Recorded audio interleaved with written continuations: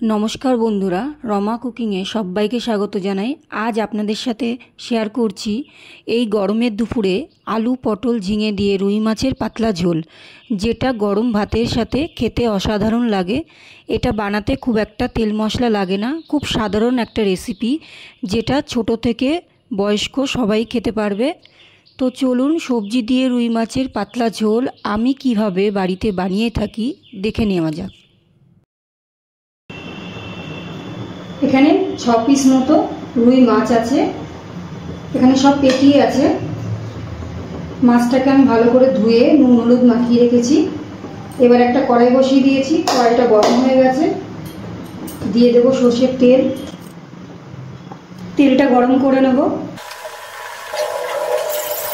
তেলটা গরম হয়ে গেছে। এই তেলের মধ্যে আমি দিয়ে দেবো বিউলির ডালের বড়ি। মাছটা ভাজার আগে আমি এই 4টে বড়ি ভেজে নেব। বড়িগুলো ভালো করে ভেজে নিয়েছি। এবার তেল থেকে বড়িগুলো তুলে নিচ্ছি।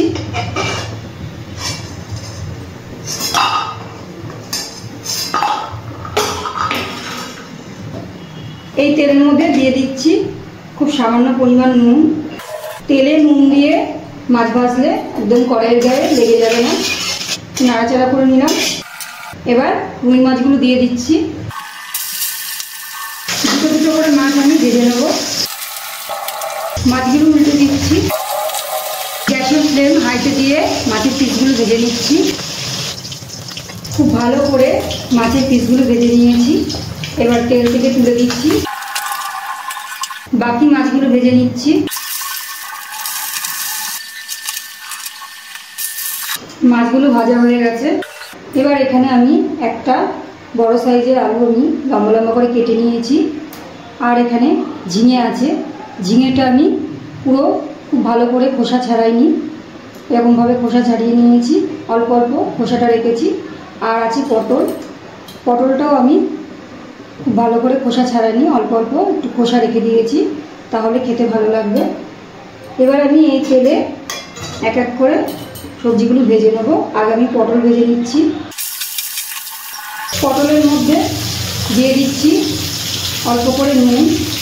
হলুদ দিচ্ছি না, হলুদ দিয়ে ভাজলে তেলটা পুরোটাই কালো হয়ে যাবে।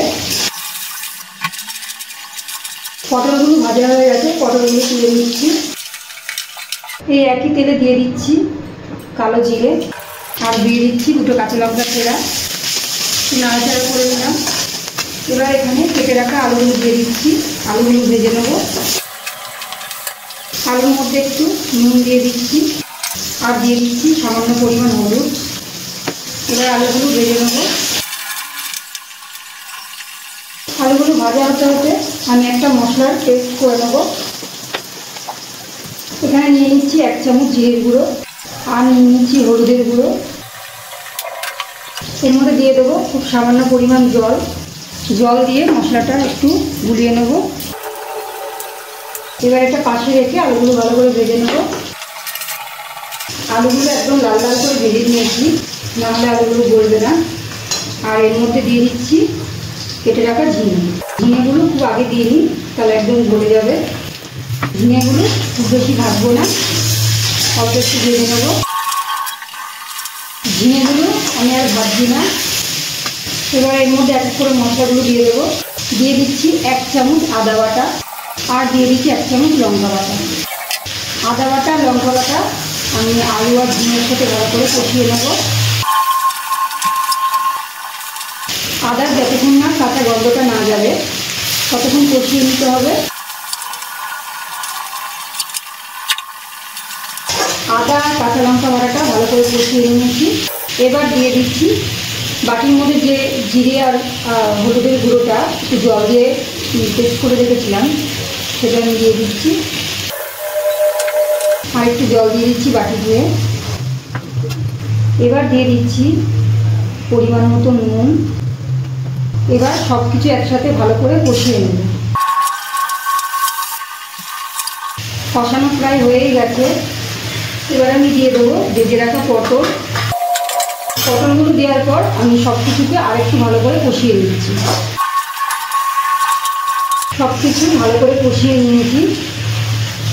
মশলার গা থেকে একদম তেল ছেড়ে দিয়েছে।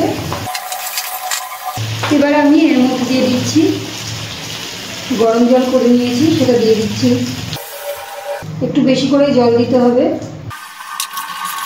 আর একটু জল দিয়ে দিচ্ছি, পুরো জলটা আমি দিয়ে দিলাম।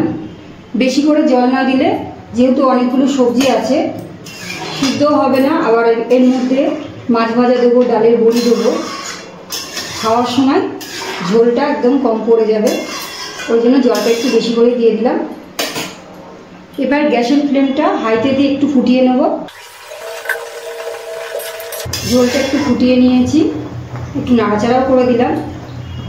এবারে গ্যাসের ফ্লেমটা একদম লোতে দিয়ে ঢাকনা দিয়ে দিচ্ছি একটা, যাতে সব কিছু সিদ্ধ হয়ে যায়। ঢাকনাটা তুলে একটু দেখে নেব আলুটা সিদ্ধ হয়েছে কিনা। আলু পুরোপুরিভাবে সিদ্ধ হয়ে গেছে। এবার আমি দিয়ে দিচ্ছি ডালের বড়িগুলো, আর দিয়ে দিচ্ছি ভেজে রাখা মাছ। সব কিছুকে আর একটু ফুটিয়ে নেব। ঝোলটা আমি বেশি আর শুকাচ্ছি না, এরকম পাতলাই রাখছি। রান্নাটা আমার কমপ্লিট হয়ে গেছে, গ্যাসটা অফ করে দিচ্ছি। গরম ভাতের সাথে সবজি দিয়ে পাতলা মাছের ঝোল খেতে কিন্তু দারুণ লাগে। আর এই গরমে এই ধরনের মাছের ঝোল আশা করি আপনাদের সকলেরই খুব ভালো লাগে। আমার রেসিপিটা কেমন লাগলো কমেন্ট করে জানাবেন। ভালো লাগলে লাইক করবেন, সাবস্ক্রাইব করে পাশে থাকবেন। ভিডিওটি শেষ পর্যন্ত দেখার জন্য অসংখ্য ধন্যবাদ।